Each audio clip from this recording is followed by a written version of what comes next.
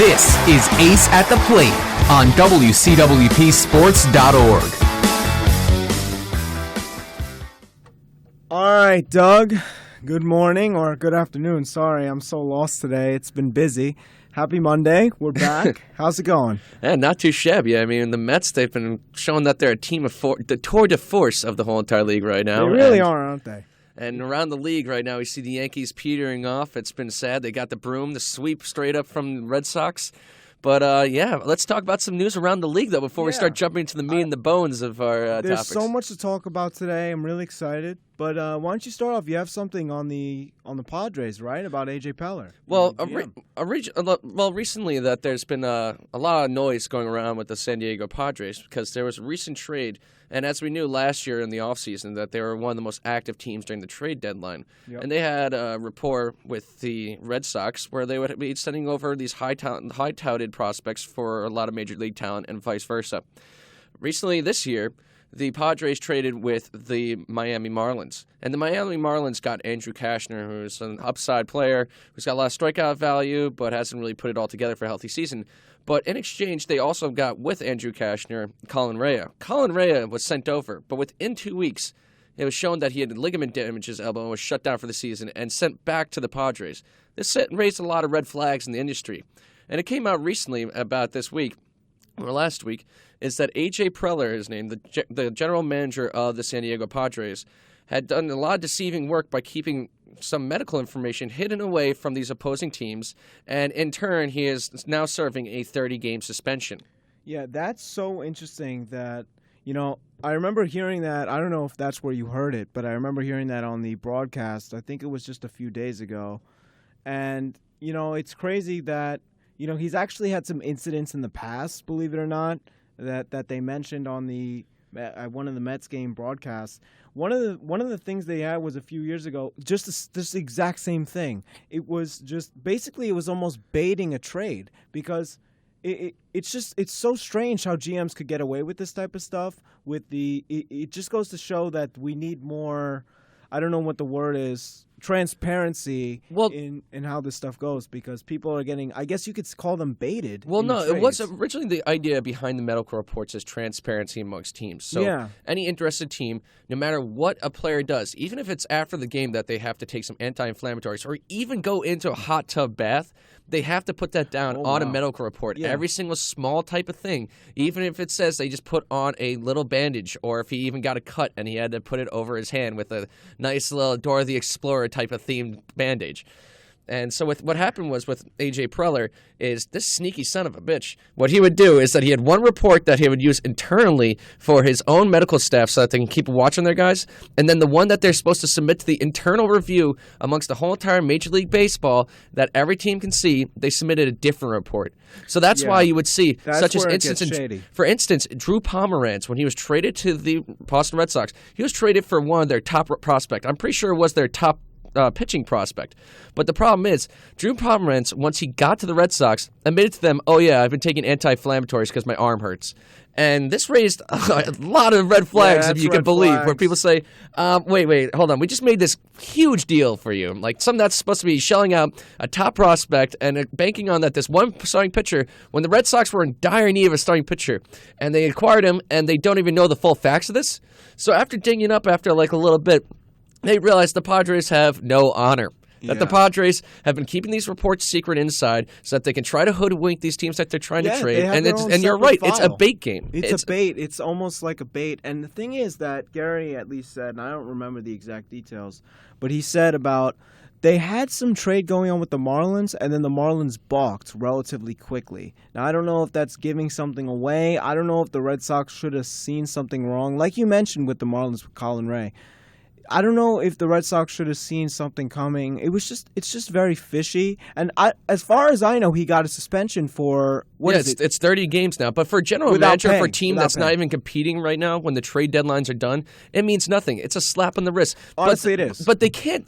everyone's trying to clamor for them to try to get away draft picks. But the problem with that is that you completely affect every other team, and you have to do a major overhaul because there's only a specific amount of money that is allotted to draft positions. And if you take away that draft pile right there, just one name out of there, it changes up the whole entire economic system, and you cannot keep going on about that. I mean, it's a very tricky situation. I mean, yes, you can maybe find them like $500,000, but when you're talking about multi-billion-dollar organizations here, or $2 billion, like.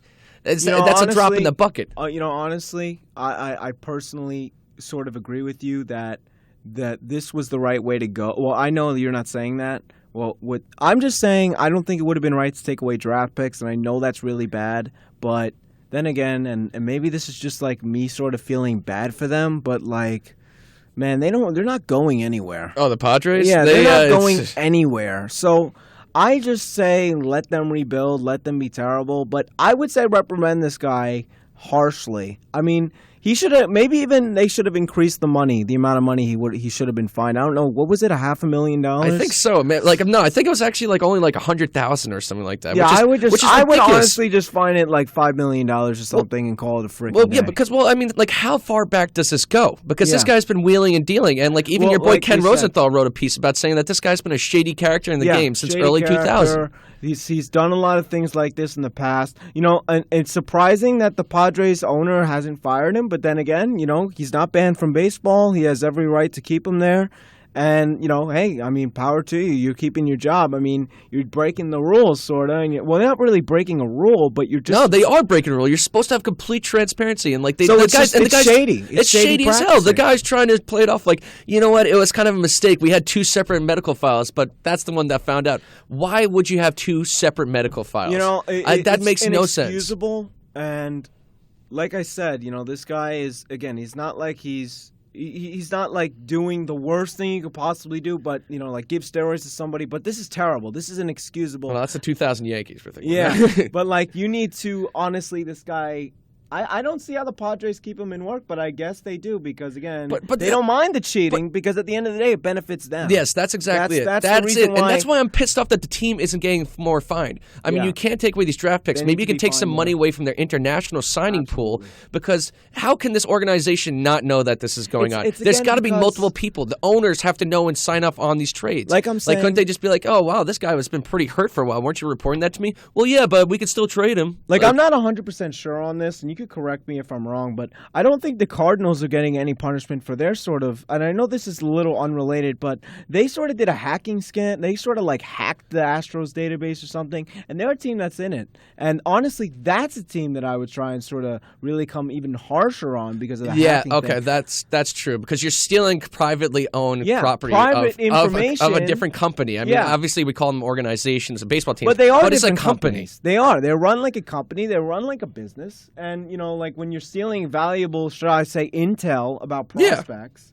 This is the type of stuff that you're dealing with. It's hacking. It's insider trading. It's downright scumbag material right there, and that's the Cardinals in a nutshell. Yeah, and I'm not. And I don't know why I'm tying this into the Padres. I just think it's because it's a GM thing, right? The GM is the one getting punished in both situations, and if the GM is getting punished, then it just reminded me of it, and it's a shame that this type of stuff happened. I don't want this stuff happening in baseball. I think this is unacceptable. You need to be 100% transparent. You need to, just adjust with the league's rules. And if you can't do that, then you have no place in the game. But, listen, it's a fine. It is a slap on the wrist. I'm just saying that the GM specifically is suffering for it because he's paying, like you said, the X amount of games without pay. He's not getting paid. Yeah, but he's obviously rich enough to sustain the guy's himself. Gonna be fine. For him, this is just this little dainty slap on the wrist. He's like, all right, I could go back out there and bend some more rules. I mean, there's also other teams involved in this, like the Chicago White Sox. They got traded to them James Shields. They were told that James Shields' medical reports were completely fine, and I'm pretty sure he's out now with a shoulder impingement of some sort. And for James Shields, this is a guy who's been logging over 200 innings per year for the past decade. And once that raised some red flags, but no, they hid that underneath the table. It's you're dealing with multiple teams around, so it's not just one. It's a domino effect that this guy, you don't really know out there what he's done. And it's scary to know that. I don't know. He has no ethics. Like the regards to ethics when in a game of baseball, I know that there's been the whole entire steroid issue, but this is a league that's trying to repair its own image. Yeah. Like the NFL now going after domestic violence.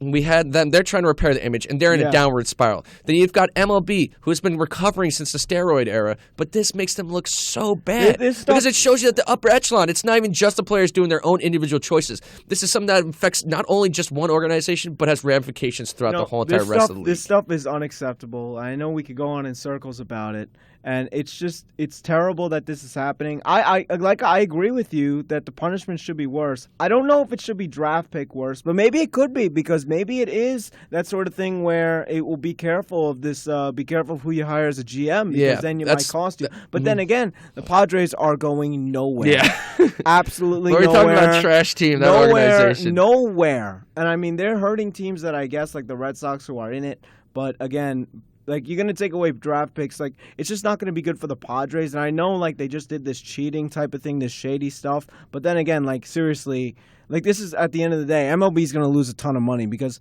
they're not going to lose money, but it's just that the Padres just won't be good. They won't be making money from the Padres because the Padres are just never, ever good. Yeah. And it's just crazy, you know. I just think of the Padres as like the worst Mets because like they still haven't had the no hitter. That's very true. Like, they actually really kind of are like the West like Coast crappier version of the Mets. And it's like, it's even like they wish they could be that. Even that, like they wish they could be the worst Mets because at least the Mets have won 2 World Series and appeared in like 3. We got 3, baby. No, come on, don't discount them. Yeah, well, 3 maybe, 3 maybe. We could have had 3, but you know, besides that. It's just the Padres. And speaking about the Padres, I want to talk about that one guy. His name is now escaping me. I got him on Twitter, though. Yeah, Solarte. He actually lost his wife to cancer. Solarte. He lost his wife to cancer this weekend. And my boy Ken Rosenthal reported it. And he has 3 daughters, so that's terrible for that. But it's just... You know, listen, the Padres are just, like, I just want to bring that up because the Padres are just in a world of hell right now. There's just, nothing's going right. They obviously had a terrible season. 2015 was, I honestly had them in for good things, and they just did not perform. So, you know, they're just going to have to just hope on their future because, you know, it's just not, you know, hopefully this guy from the Boston Red Sox they got is going to be a bright side. Because I don't have anything wrong with the Padres. I don't hate the Padres like I hate the Cubs or something. Like, I hate the Cubs, but I don't hate the Padres. Like, the Padres you, like, feel bad for. It's like the kid in the schoolyard who's, like, a little nerdy, maybe getting picked on, but you're like, you know what, he's a good sort. Yeah. It's like you want to just see him do well for themselves, but nah. And it's just sad. I mean, our thoughts and prayers go out to Yangervis Solarte. I mean, I've always seen it as Y Solarte because no one can pronounce the first name. Yeah, I don't know. I just know. But he's having a good year. He's hitting 284, career high, 15 home runs. Great year. I mean, besides the on-the-field stuff, it seems like he's a really good sort of guy. Yeah. Where this wasn't a pronounced thing where it's trying to show like, oh, my wife's battling. No, I didn't even know his wife was battling. Personal affair, so, and when it affects him, and plus that's gonna be tough. I mean, he's a ball player. I mean, what's he? If he's obviously still gonna do his career, so he's gonna have to hire a babysitter or something because you know, I don't know. I'm just saying like in the future or something, you know, he's going to have to hire somebody. But, you know, that's besides the point. I also, before we get to this break, I really want to fit in a little bit of Yankees in here because I'm hearing they're hot. Did they get the sweep on Boston? Or no, they got swept themselves. They got swept. Oh, they're done. That's it. Like, just put a fork in them. They're done. They're probably overcooked right now. They're well done. I mean, you made it seem like because I don't follow the Yankees. I was so busy this week that the only thing I was focusing on baseball was the Mets. So, you know, but with the Yankees, if the Mets, well, look at me. I'm just going crazy. But the Yankees got swept. That's it. Good. They had a good run. They were they provided a little spark of hope, a little glimmer. But I'll tell you this though. I'll mark my words. You know, Yankee fans, you're coming back. Your team is going to own this town in like 4 years. I'm going to give them 2 years. 2 years, maybe even next year they're going to start turning around because think about where they were. They were at the same position as the Mets. Here's the thing that we forgot about the Yankees that hasn't happened in a few years, that they haven't been spending any money. And the reason for that is that they had and they continue to have all these ridiculous contracts on the books. But as those contracts get wiped off, you know, it's just going to be they're going to start spending because they're the Yankees. Yeah. I don't know if this new guy, the son, like Hal Stein, I don't know if he's a money guy. Oh, the son? Oh, yeah. No. I don't know if he's a guy he's that's a little more spend conservative money. instead of being like a Donald Trump on the baseball world like his papa back then. Do you think, though, do you really think that that he's going to, like... I just think that they have so much money owed to A-Rod and all those other guys that they're not spending. Yeah, you're right. When that stuff frees up, do you think he's going to go all out? Do you really think that... Oh, yeah, they're going to be huge. You don't think they're planning right now for Bryce Harper down the line to be getting him? That's what I'm saying. Like, come on. Like, of course they are. Matt Harvey, they're waiting in the wings to sign him. Well, honestly, they could take Matt Harvey. Take Harvey. You know what? Honestly, do what you can. Honestly, like, there are guys who I'm saying we got to keep, like, Syndergaard's a must. I would honestly keep DeGrom. I think he's looked good this year.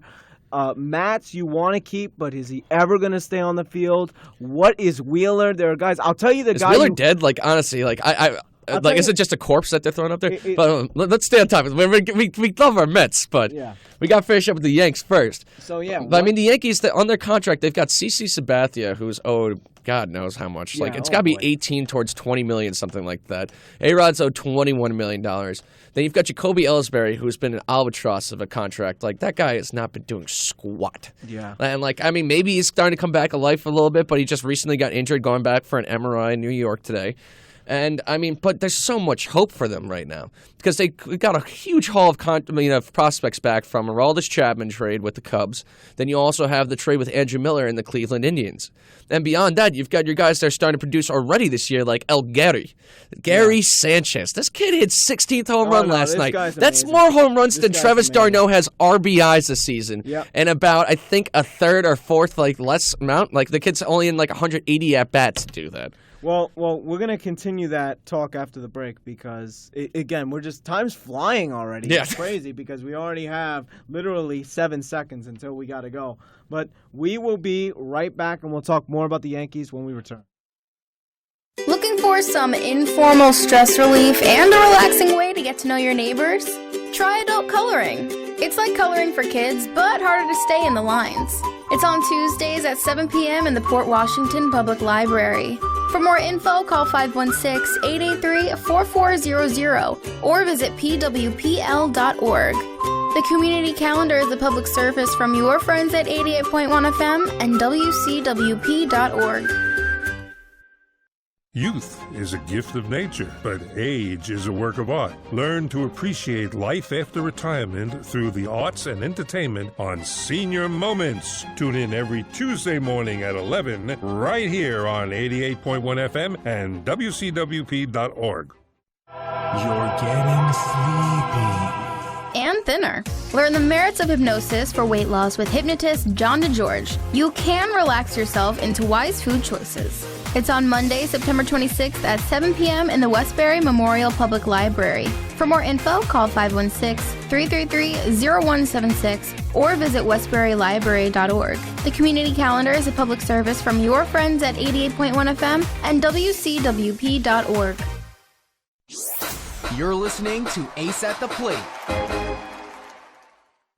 All right, so we're back, and we're just going to wrap up the Yankees real quick. So, Doug, what were you saying? You remember when you were talking about Gary Sanchez? Yeah, Gary Sanchez. As a catcher who can hit 16 home runs and 100 so at-bats, this kid is a prodigy. When you see the bat come off his bat, it's like lightning and thunder striking at the same time. I can't believe what I've been seeing out of him. I mean, Aaron Judge, he's lanky as hell. I don't know what his future's projecting like. He's not going to be hitting for average. The guy's been striking out way too much. And when you're 6'7", going on 6'8", your strike zone is as big as a house. Like, I don't care who you are going to be painted in the black with every single pitch. But with Gary Sanchez, his approach to the plate, I don't think we've seen a hitter like this, especially the catcher position. I mean, people go on about Buster Posey and Jonathan Lucroy, which, God, it would have been amazing if they got him. But this Gary Sanchez is the real deal. Tyler Austin's even coming into his own.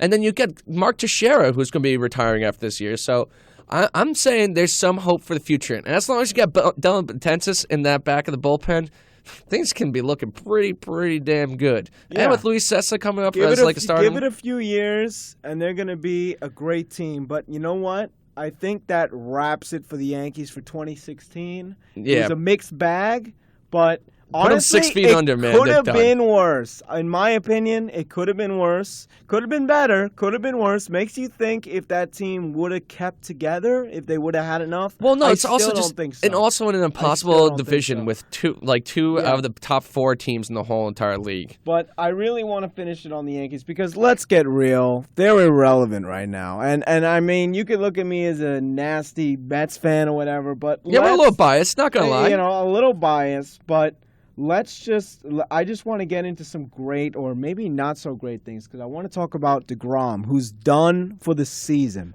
He's not going to dominate this postseason. He is done. He's shutting down for a Yulner, what was it called? An ulnar collateral. Yeah. It's not the ulnar collateral ligament, which is what Tommy John surgery requires. Which, if it was that'd be the second time he goes down with that surgery, and you might as well say that's a career over. That's But terrible, yeah. what it is actually it's the nerve right along the elbow that attaches between the forearm up to the bicep.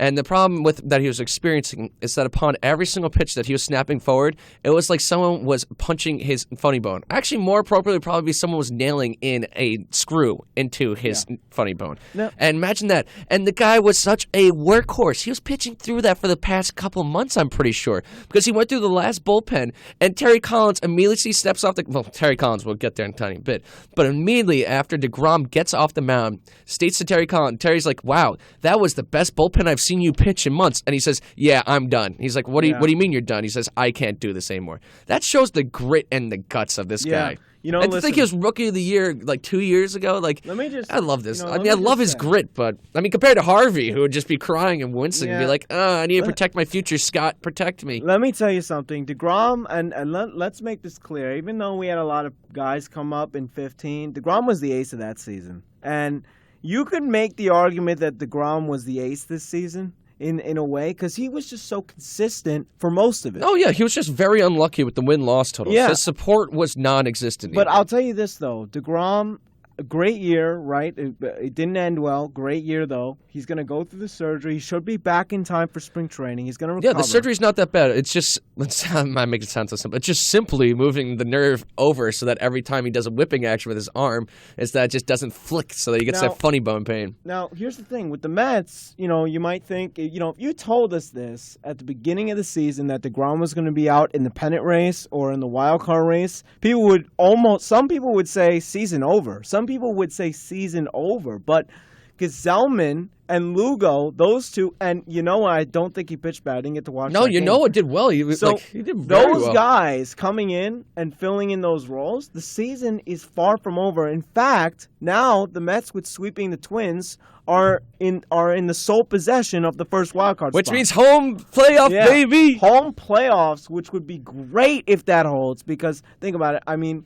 those playoff games at Citi Field last year were electric, and I know that it's just a wild card game, but the people are gonna go, and it's gonna be a full house, baby. It's gonna be full. Oh, standing room only? Nah, there's not gonna be any standing room left after that. I think it almost makes it more popular that because it's like, oh, this is like the one time, like maybe they won't be back. Like maybe it's a this do or is die one game championship right and there. I mean, to get into the postseason. Giants are in the second spot. Right now, I believe they're in the second Giants spot. are in the second spot behind by a game, easy. and then 2 games behind are the Cards. Yeah. Or maybe the Cards are tied with the Giants. I'm not sure about that front. Let me check out my stats. But on that front, I'm very interested in knowing what you think. Would you rather face the Cardinals or the Giants in a one-game playoff? Oh, my gosh. You want to know why this is both tough? Because the Cardinals are Mets killers, right? Like, their whole team, I hate their team. And then the Giants have just this prophecy going of winning on even years. So, if the Giants get in the playoffs, don't underestimate them. And then it's the same thing, because here's the thing. The Giants are going to roll out, unless to my mistake that he's still there, it should be Madison Bumgarner in the wild card. Like, it should be him. That's what terrifies me is Mad Bum. It's Mad Bum. I don't think the team is that great.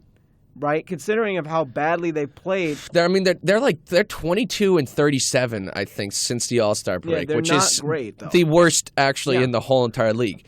But they're starting to come alive these past that's the week. problem. They're starting to come alive, and then again they're the Giants, and then with the Cardinals on the other hand, I don't know who they're throwing.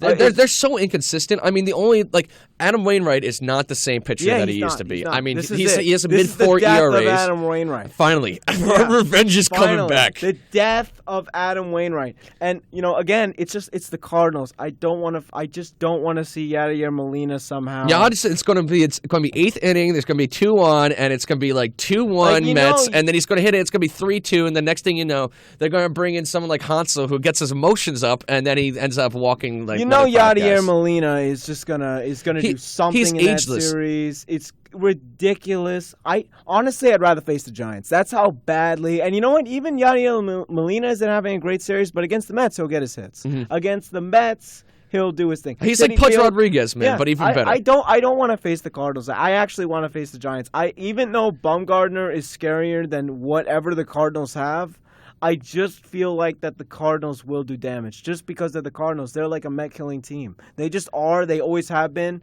2006. Listen, man. 2006 is etched into our brains. That's it, I wake up in cold sweats in the middle of the night dreaming about that Adam Wainwright curve buckling at the knees. Then are you gonna? Here's the thing, though. Adam Wainwright isn't the same. Do you even know who would start? Starting the game, Jaime Garcia is out of the rotation now. They've got 22-year-old Alex Reyes, who has got some of the nastiest stuff amongst all minor leaguers who they just started and threw out there. I don't think they trust having that much of a rookie presence in the one-game playoff. I don't know but they would have probably Carlos Martinez, high strikeout guy. He's been their number 1 most durable, consistent pitcher this whole entire season. Yeah. That's the one you go with. I mean, he'll probably give them 6 innings, 9 strikeouts against this Mets staff that strikes out quite a bit. That makes me nervous. But am I willing to take that over Mad Bum? I think so. You really? Yeah. But the one thing about Mets and Bumgarner is the Mets have gotten to him. Yeah, the Mets have actually gotten to him. The Mets have except for that one time, it's pretty sure he hit a home run off of Syndergaard. But yeah. Well, one time when he single-handedly destroyed Conforto. But I mean, when you glance over that fact, again, it's a tough time. We need to see first of all, we need to see who it's going to hold. I mean, even next week, these games matter so much. Even next week, we'll probably have a more clear vision. One of those teams is going to completely bomb. I just have a feeling because when you think about it, the Mets have the easiest schedule out of all those 3 teams. They have the easiest schedule of any team now in the majors. And here's the thing, though. The Cardinals and the Giants, sorry, I'm spacing out today, but the Cardinals and the Giants have terrible, hard schedules. So one of those teams is going to fall off. Maybe even both will be so bad, one of them will slip in. That would be so amazing. And we're going to see, but I don't know. I don't know. But here's the real question and the real puzzler. Are you starting Syndergaard? Yes. You're starting Syndergaard. Oh, yeah. Cool. Right. I mean, you got to start Syndergaard. You got to start him. You have Bart in the bullpen just in case Syndergaard... No. I'm telling you this. You start Syndergaard, but you better have someone in the bullpen, whether it's any of the other guys. And I mean ready in, the second inning, because I'm telling you right now, bases loaded, no outs, or something like that, a steal or something, a steal to third base, I'm telling you... I hope he fixes his game by then. Yeah, but Terry will do what he did with Rafael Montero, make him march back out there and give up 8 more runs. I don't want to see Rafael Montero in that one game, the last game he started. I don't want to see him with a Syndergaard. Now, listen, it's been better, right? The running game has been better. Oh yeah, with Rene Rivera behind the dish, they now have a nice rapport between Syndergaard and Rene Rivera. They actually threw out 3 runners combined in their most recent game. So as long as that keeps working, you got to start Syndergaard and. Hopefully that will be it. I'm excited. I feel like baseball is taking forever to end now. It seemed like the season was so slow. I mean, so fast, but now it's going by so slow as we get closer. Because I want to see playoff baseball. I want to see that again. It's been a year since I've seen the Mets in the playoffs, and now I want to see it again. And now when we're in the first wild card spot, it's just insane. It's just insane. And you speak about catchers. And I wanted to just real quick touch on the Mets are actually connected with Matt Wieters, who is on the Orioles. Sources say now they're not the front runners. No one's a front runner yet. The season's going, and he's actually in talks to extend with the Orioles. But here are the teams that are connected, and it's really weird. The Nationals. Just in case Ramos is going to be gone. I can't see him. Maybe the Nationals extend him. I don't see him. I think Ramos is gone. The Mets are connected, and I believe the Braves are connected. White Sox are definitely connected. I know that for sure. So I don't think this is the guy Do you think this is the guy? Are you familiar with Matt Wieters? He just seems like he's had a terrible year, and maybe the Mets can make a bet on him. Is it time to ditch Travis d'Arnaud? Is it time to call it? Are you giving him another season? I mean, he's played 134 games. He's played 134 combined between two seasons. So what are you going to do? Is Matt Wieters the answer? Matt Wieters, no, it's just adding more to the problem. It's not fixing it.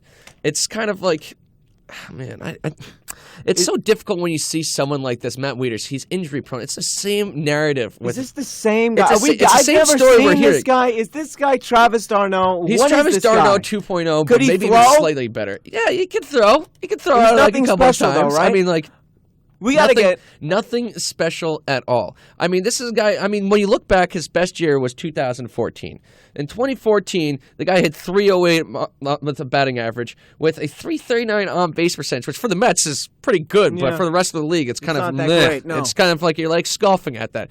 He doesn't strike out too much, but he hasn't done anything that would really provoke this lineup. Like, if you're talking about like a Wilson Ramos or Jonathan Lucroy, that adds dimension and depth to your lineup. That adds a popper. That adds a middle-of-the-lineup type of bat.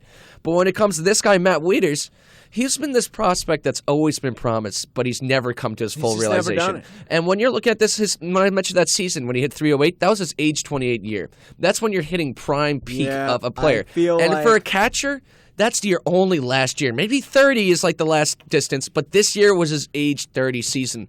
Do I trust a guy like that to be going for the next 3 years, 2 years? No, I don't. Not gonna lie. And your boy Plawecki, he cannot do crap. No. He's done. I know he's up here right now because of the September call-ups, but he's done. He's just a bat off the bench. But let me tell you something. I saw Matt Wieters' stats, and I said no.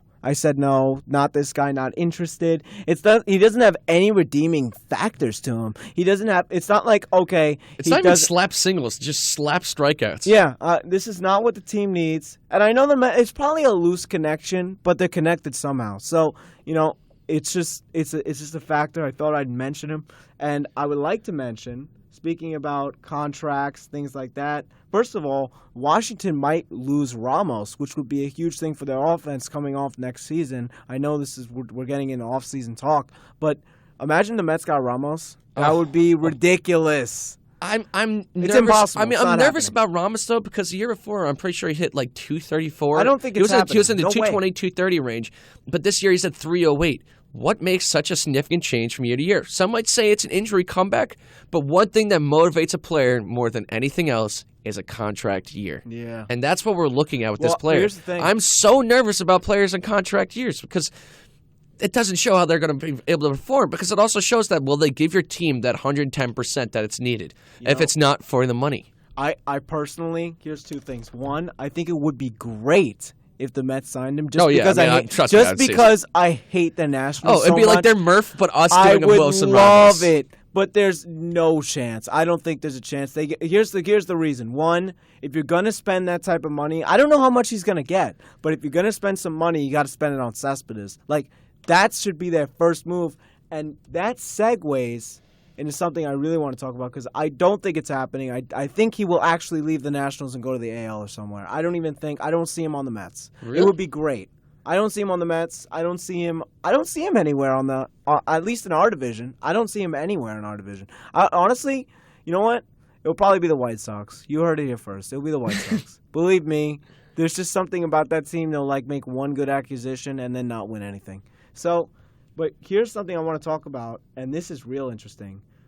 Now, the Cespedes contract extensions are expected to talk with the Mets. With the Mets, they're expected to talk 4 years, $100 million. I don't buy that for a minute. I feel like it's going to be a lot more. No? 4 years, I would do it in a heartbeat. $4 million, the one thing we have to really consider is that this is the most horrible free agent for hitters class that we've seen in close to a decade. I'm pretty sure. There has to be. It is the worst. I mean, his talks are going to start probably at 4 years, $100 million. I'm going to say I would do this. First of all, the Mets, I think, in my opinion, have to re-sign him. What can you do to justify it? There's just no way. He's having the best. The only way you can probably justify the franchise. Yeah. He's revitalized the franchise. Oh yeah, he does. He has. Yeah, listen, that's the pitchers true. have been great, but think about it. Remember when the pitchers were great in 2015? And then yeah, there were no even bats? 2014 when they came up, it gave us all this hope, but there was no noise. There was no bats, and then the Mets. The record showed for it. 2015 was terrible before Cespedes got here. It was terrible. I mean. Honestly, I would definitely make the argument that he revitalized the franchise more than the pitchers did, because only when he came did the Mets start winning consistently. It started feeling like that vibe back in 06, 07, 08, where it was kind of like La Fiesta time. Like, it was a party up at Citi Field. Like, every single game you go to, there's just an energy that you hear in the crowd. Even going to the Yankee games this year, there was nothing. It was a whisper. People were there just to eat their steak and their freaking lobster tails and just be like, oh, there's a game in the background. But now, with Cespedes, he brought back thousands of fans. Do you think it's a must? Like, the Mets have to? Would it be criminal? I'm like 80 to 90% sure, like saying that yes, it's a must. And I never thought I would say that, because I always think these bloated contracts, it really is a must. that it's just a very bad idea that you can find value elsewhere, but you can't find value like And Cespedes. I know the Mets are stacked with outfielders, but I don't care. I don't care. This guy, what he's done. First of all, he loves it here. I mean, that's one thing. He genuinely actually does. Unlike his other stops, I mean, with the Oakland Athletics, the Red Sox were the closest that he got, but Detroit Tigers.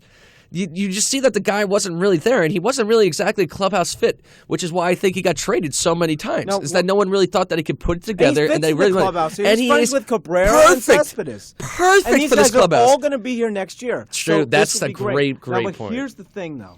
An NL East insider, or I guess like an NL baseball insider, says that he predicts Cespedes getting like a 4 to 5 year, $125 million deal, but he predicts that since Cespedes really likes it here, he's saying that Cespedes is pretty open to meeting middle ground with the Mets. And if that's true, there's no excuse. There's no excuse. I mean, he's revitalized the franchise in so many ways. He's such a good clubhouse guy, believe it or not. It's insane. I love that he made all these friends with Cabrera. With Thor. Yeah, even with riding in together with the cowboy hats on the horses, man. This guy is amazing, and what he's done for the franchise, and he's such a big, explosive personality. It fits so well with New York. You know, like Cespedes is just. When Citi Field is roaring, you just know Cespedes is just feeling it inside. Everybody. Oh, he feeds off the energy and the big moment, the big shot. He wants to be that guy. And when you step up the plate, you haven't seen this since David Wright, where you felt the confidence that a player could actually change the game. It could happen. Remember a few weeks ago, I think it was last week, there was a game probably on like Sunday or Saturday or something where Cespedes hit that grand slam, and it was just like, I had a feeling it was happening, and it happened. And you just go, you have to sign this guy. There's no other guy. Not only that, there's no other guy on the market. There's nobody. There's no one actually out there. A lot of people say, though, that players like this, like Cespedes, don't make it to the market anymore because they're that good. They're that much of a keep. It's something that you have to do. I would, seriously, I have to. Like, for instance, Mike Trout, they gave him that extension before he even touched free agency. Way before he touched free agency, they gave him a 5-year contract. Because no, they want to buy out the arbitration years so that they wouldn't have to pay skyrocketing exorbitant price. I know it's a different type of thing, but guys like you're right though. Yeah, don't hit the market that much because the teams are willing to pay a lot because they're just so important. Mets without Cespedes are not making the playoffs this year. Even just his presence as a power threat. As the threat that he did, not just a power threat, he gets it done. He's a 5-tool player, and it would be inexcusable for the Mets to let him walk, especially if the Nationals or the Yankees make a serious play. Who he's been linked with the Yankees. Just saying, they linked him to the Yankees. Now, I'm sure that the media or whatever, they're going to say anything, right? We don't know if that's a fact that he's been linked. It's just been speculation. But if he goes to the Yankees or the Nationals, that Mets team will be a joke. And especially if they're going to let them go to a team, like I said, the Nationals or the Yankees. That's the worst case scenario. We're going to talk about this more and maybe even a little bit of Tim Tebow when we get back because he's got the best-selling jersey. We'll get back to you when we get back. Man is like some other men, all other men, and no other man. Confused? Come down to the town of North Hempstead's discussion group for men over 60 and enjoy the conversation. It's on Friday, September 30th at 10:30 a.m. in the Parkview branch of the Great Neck Public Library. To register, call 516-869-6311 or visit northhempsteadnewyork.gov. The community calendar is a public service from your friends at 88.1 FM and WCWP.org. WCWP presents an evening of great music featuring Pugwash, Ann and Bones, Ozas, and many more special guests to benefit the Musicians Without Borders organization. Join us in support on Friday, September 23rd at 7:30 p.m. in the Hillwood Recital Hall at LIU Post. Admission is $35, with all proceeds to benefit Musicians Without Borders in their efforts to bridge divides, connect communities, and heal the wounds of war through the power of music. Tickets are available now at WCWP.org. Keep calm. You may already have high blood pressure. Relax and find out with the free blood pressure screening available the second Wednesday of every month at 12 noon in the Westbury Memorial Public Library. For more info, call 516-333-0176 or visit westburylibrary.org. The Community Calendar is a public service from your friends at 88.1 FM and WCWP.org. You're listening to Ace at the Plate on WCWPSports.org. So we're back, and, so much Mets stuff is happening. I know I mentioned it before the break, but Tim Tebow's jersey is the number one selling item on the Mets store. I think it's actually behind, I think it's behind Syndergaard's jersey. It's behind Syndergaard and Create Your Own. Yeah, and Create Your Own, and then Tim Tebow. So remember when we had that conversation, maybe this was for jersey sales? I'm actually shocked it's selling as much as it is. He actually reported to instructional do people just have money to piss away that they could be buying a Tebow jersey when he's not even at rookie ball? Right? He's got fans. He's wearing number 15. Same number. He's wearing 15. He's got fans. He's got that guy upstairs. He's in instructional league, and it's only been, think about it. I know that it's behind those two, but I don't really count the name your own. People do that. But with Syndergaard, you have Syndergaard, and there's so many other guys like Cespedes, DeGrom. Cespedes, but Reyes. No. All those guys, right, who's probably been a number one in the past. But no, you got Tim Tebow, who has a slim shot of making. Isn't that just amazing? That he has a lot of fans. Give the guy credit. He's a nice guy. But it's just, it's crazy. It's only been on sale this weekend. So that's how. Wait, really? It's only been on sale? Wow. I thought it's been on for a couple of weeks, but this weekend? That's why I wanted to make this into a story, because they only released it onto the store this weekend, and already it's outselling DeGrom, Harvey, all those jerseys. He outsold them already. I guess he really does have a lot of fans. I guess the Mets made a lot of money off those jerseys. I'm telling you, it's because the gods, the angels in the outfield for Tebow, baby. That's what I'm talking about. Now, is it a coincidence that the Mets start going on this blazing hot streak, sweeping teams left and right as Tebow gets signed? I know I'm starting to sound like a conspiracy theorist. Get your tinfoil hat on, but.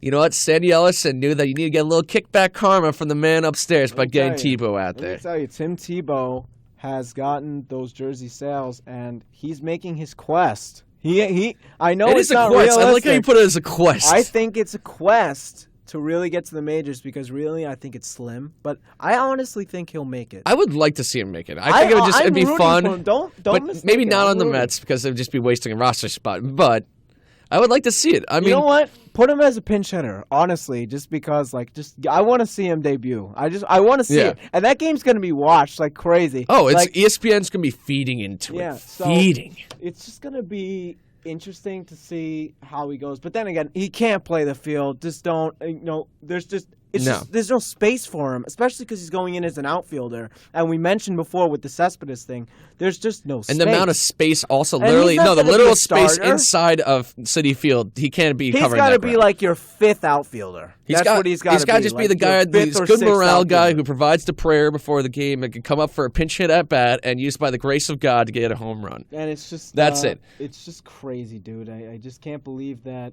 he's actually on the Mets. I actually remember we talked about it. So shocked that he's on the Mets. He's in there. There's actually video of his workouts today in instructional league. So Listen, and well, I mean, it's good in the instructional league because he's working out with those young kids, so he's starting to get to know them.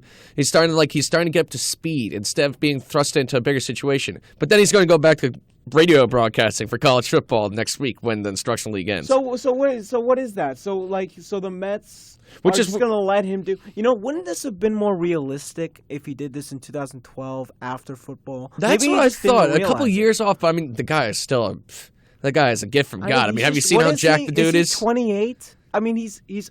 Right He's 29. I'm pretty sure. Actually, yeah, he's entering his peak right now, which is ridiculous because there's a lot of teams in the NFL that could use a good clip holder. I mean, the guy won. I mean, we mentioned this before. He won a playoff game for the Denver Broncos. I'm just saying, dude. Like, I really think that if he did this a few years ago, he would have a lot better shot. And I know he's going to be doing the announcing for college football. That's why, like, I don't think he's going to make them. I don't think he. Well, he's doing the Venezuela Winter League. Okay, so he is. I mean, listen, all the power to him. I just wanted to mention that he is the second player most sold jerseys on the website, and it's only been a weekend. And one thing that's crazy I also want to bring up, I know this is going to be unrelated to Tim Tebow, but dude is back. No pun intended, but dude is back. Dude is back. Is it back. Broken, or are we back in He's back. Now, he started, didn't he? I heard he started. Yesterday was his first start. He went only 2 at-bats, and then the 6th inning. Did he get a hit? No. 0 for 2, of course. And then, of course, after that, they're like, maybe we should take him out for defensive replacements. Like, Yeah, I wouldn't start him again, Terry. I know he's one of Terry's guys, but honestly, he's got to go. In my opinion, he's got to go. I'm going to just rant on 2 people right now, Duda and Bruce. They're so similar, too. Like, not that they, like, their play is alike. Their game is alike. They are swing and miss type of guys. They're go big or go home type of guys. And the Mets got plenty of that right now. And, I mean, just Bruce, Duda, they both can't hit. They both suck. It's unreal. These guys are on the same team. Yeah, it's anemic that you keep trying these guys out there. And even then, like Conforto, it's like, all right, let's keep delaying his development. After he finally learns that he can't hit the outside fastball, and now he's finally put in enough work down in the minor leagues so he can crush the outside fastball. And they yet, every other day, just keep him off. Like, all right, Jay Bruce, I understand that you traded away I'm sorry to bring this up, Ace, but Dilson Herrera. Is gone. But you gotta give Conforto time to fill in. There's yesterday he started right field yesterday. Did he get hits? Because I didn't watch. He delivered a 2-run single in the first inning that helped the Mets, and the Mets won 3-2. I'm telling you, honestly, you're gonna have to be tempted. The Mets are not doing this, but they have to. They might. And I mean, this is controversial. I mean, it's an option. His deal is an option. Honestly, he's been that bad. Do you want to pick him up again? I know we traded away. Or do you keep that money for potentially Cespedes? Yeah, but that's the thing. You give him away. You just let him go, right? You could let him go after this season. Then you could pick up the team option. Why don't we not pick up the team option? Slate Conforto in right field, and then you have money for Cespedes. And I don't know, Granderson, you could be your whatever, all right? You could be like your 4th outfielder. I don't know. Well, I mean, we got Lagares coming back, so you've got center field logjam there. And then you've got Cespedes in left field. Then Conforto, can we possibly put Conforto at first base? I mean, there's a lot of moving parts that are going to be coming up soon. Yeah. But for now, let's just focus on the now. Jay Bruce has been awful still. He's pressing still. How are you pressing still? Pressing after like what? It's been what weeks. Are we? No, we're a month and a half. We're a month and a half right now. By the way, he's got booed viciously. Really? Like I know it wasn't the last. I think it was on Saturday. I remember that was it wasn't Saturday. I don't know what day it was. Maybe it was Friday. I don't know what day it was, but I watched during the week. He got really booed. He struck out. Of course, he struck out. It's Jay Bruce. Yeah, Bruce. Of course, he's Jay Bruce. He strikes out, but he got booed. He's starting to feel it. I think. I'm telling you, this crowd. I know we talk about New York. It's the greatest, but they will boo you. They will if you don't perform. I mean, this is just how the city has been for as long as it's been in this professional sports. People want their... It's a tough town. You got to be tough to handle it. This is a tough town. And, Mr. Softy over here, I just love his comment about Tim Tebow. And I just love it. I'm never going to forget it. It's just one of those things that's going to come back to bite him. The ball doesn't lie. The ball isn't lying. Ball don't lie. Now. because I don't want to even know. Don't even mention. I don't know. Maybe Lucroy has fallen off, but man, I wish we got him instead of Bruce. Oh yeah. Infinitely better idea, because then you could have Rivera still in the back, which is still a great idea. Honestly, Rivera's got to stay here next season. I don't know what his deal is. He probably is going to be here. I mean, he's like one of those that's like a middle-aging catcher that's like in his 30s. There's no market for Rivera. There's not a market. There's no market. He just has a good arm. He's got good framing, good arm, and sometimes he can get a couple hits. He's good for Syndergaard. He's like Syndergaard. If anything, he's his personal one. I mean, he's actually been getting more playing time because d'Arnaud's been that bad. That's why the whole Matt Wieters thing is starting to come up, because now Matt Wieters is not your answer, like we said, but d'Arnaud's been really bad. d'Arnaud's been historically awful. Past 2 seasons, 138 games. That's bad. And I'm pretty sure 80 of them have come this year, maybe more. Yeah, I mean, honestly, like last season, he was out for so much of it, and when he was back, he was so good. This year, it hasn't been the case. He was out for so much of it, and then he just hasn't performed. It's just simply he hasn't performed. And the Mets honestly might have a market. They might be in the market besides Cespedes. I mean, that's the most important thing. I could live with Travis d'Arnaud back there. I could live with that, believe it or not, because maybe he does have another good season. I don't know. Maybe. Well, who they need to wrap up? Addison Reed. Addison Reed has been one of the most dominant. He took a qualifying offer. He's been one of the most dominant pitchers in all of baseball for the past year. Great setup for so under the radar. He has a 1.67 ERA, and this guy is compared to right now with his numbers. If you look around underneath the hood, Andrew Miller. Yeah, I know Andrew Miller's a lefty and he's a righty, but God, if you look at the stats, it's phenomenal. I mean, okay, so there's one thing that's total pitches. His pitches ahead in the count, he leads the league in all percentage at 36.3. Right behind him, Clayton Kershaw. Clayton Kershaw, Andrew Miller. Right after Andrew Miller, Max Scherzer. I mean, this is Addison Reed, which we got for peanuts. Peanuts off the waiver wire. You know who he's going to be? Mark my words. He's going to be the Darren O'Day of this offseason. Darren, I don't know what his contract he got, but he was like, that was a reliever you heard. That's how I don't really follow relievers besides the Mets relievers. And the fact that I knew who Darren O'Day was is why he's going. And I'm not saying Darren O'Day, I think he was like hurt for most of the season. I'm not saying this year he got hurt like halfway through. He's the Baltimore Orioles, and he's been phenomenal. I don't think, I'm not saying Addison Reed's going to get hurt or something. What I'm saying is he's going to be one of those relievers, top market. Maybe. I mean, besides Chapman, who, maybe he actually might come back to the Yankees. You never know. I can see that, actually. I can definitely see that. He actually said that he liked it there a lot. He actually said there's actually mutual interest between the agent and the Yankees to get Chapman back. So, listen, that's great. But I'm just saying, like, Chapman and this guy, Reed, I mean, they're going to have a little bit of a market, especially Reed, because really, we took this guy from Arizona, right? Yeah. No, it was just off the waiver wire. They put him on the waiver and said, we're done with this guy. He was their closer. He was pitching at like a 4.46 ERA. Actually, let me tell you something. He revitalized his career in New York, and that good for him. Yeah. And hopefully, listen, if the Mets could keep him, that's great. But, that would be great. But if not, it's not the end of the world, believe it or not. Even though I would love to keep him, and maybe the Mets do. But then again, my main concern, everybody, like we said before, is I don't care who you throw there. Is Cespedes batting third?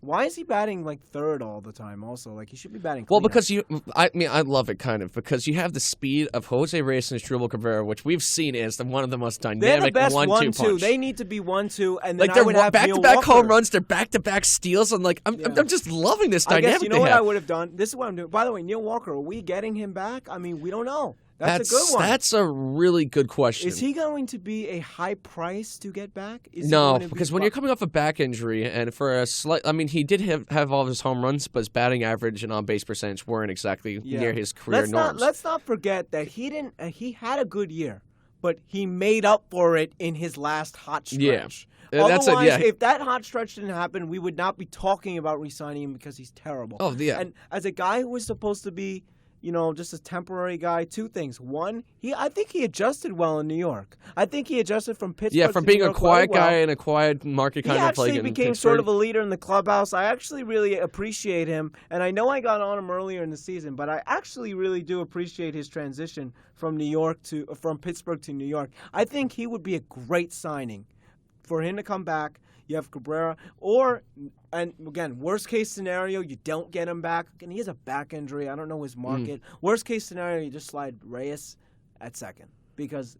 Yeah, that's the worst case scenario. That's worst case scenario. And that's fine with me because Reyes has been playing great. I'm sure he could play second base. And you also have Cecchini in the minors, who we have yet to see too much out of. So yeah, I would be interested to see how he he's actually up performs. here. I think he had like one pinch hit. Yeah, he's had a pinch hit, but I would like to see him actually when the Mets clinch a wild card, maybe in the last couple of games, just put him out there and see what the kid can produce. It's just great. I know that I'm waiting for playoffs. This stuff is just. The Mets are making the playoffs, I think. I know that we haven't clinched they have an anything. 89% chance, which is hilarious because a month ago, 7%. We haven't 7% to 89%. Yeah. That is the magic of the Mets that is unparalleled to any other team that we've ever seen. Let me just say something real quick also, is that with the Mets, everything has worked perfect. This season could have been disastrous. Disastrous. Imagine if Lugo and Zellman are not good pitchers, the Mets are done. Oh, yeah. And I'll tell you this, if the mediocrity, we saw each other earlier, I was telling you about it. How were the Mets in the first wild card spot? Now, put this into perspective, without the second wild card, in the old system, the Mets would actually be in the playoffs with this terrible year. Yeah. Now, and with all these injuries, this spate of injuries, that's why people are calling them the replace Mets. Yep. Because half the team is not originally there. Think about all the good teams in the 80s and in the other who were way, way better than this. Way better than this. If those teams that didn't make the playoffs by a game or so, I think in 85 they didn't make the playoffs. 85, then 87, 88 they got bounced early. If there was early. a second wild card there, they would have been in the playoffs, and that team would have probably won a division in these days. Oh, nowadays? And now, with this mediocre team, they're in the old system. They're in the system of, they missed the playoffs in 85. But they're making it with this team? Yeah, their fifth pitcher is Gabriel Yanoa, who has a 15.3 ERA. Yeah. Oh, yeah, let's just throw him out there. And yes, they always do 4.2 innings, 9 strikeouts. Yeah.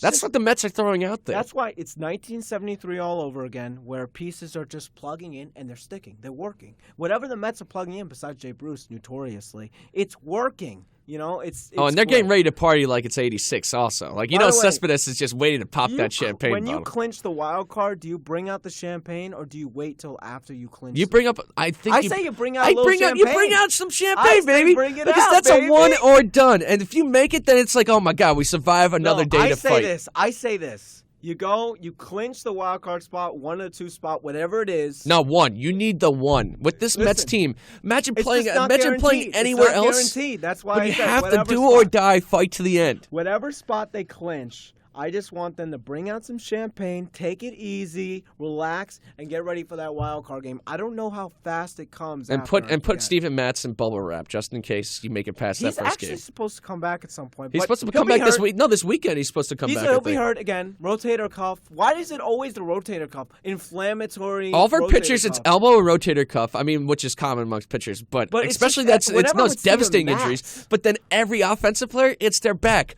What is going on, Ray Ramirez? What is going on? A lot of experts are saying it's time for the Mets to look into their off-season routines, which makes sense. And you know what? It's just unbelievable. I look at this season. You look at 2015, right? Comparing and contrasting. 2015, once the All-Star break happened, once Cespedes came to the team was a sure thing.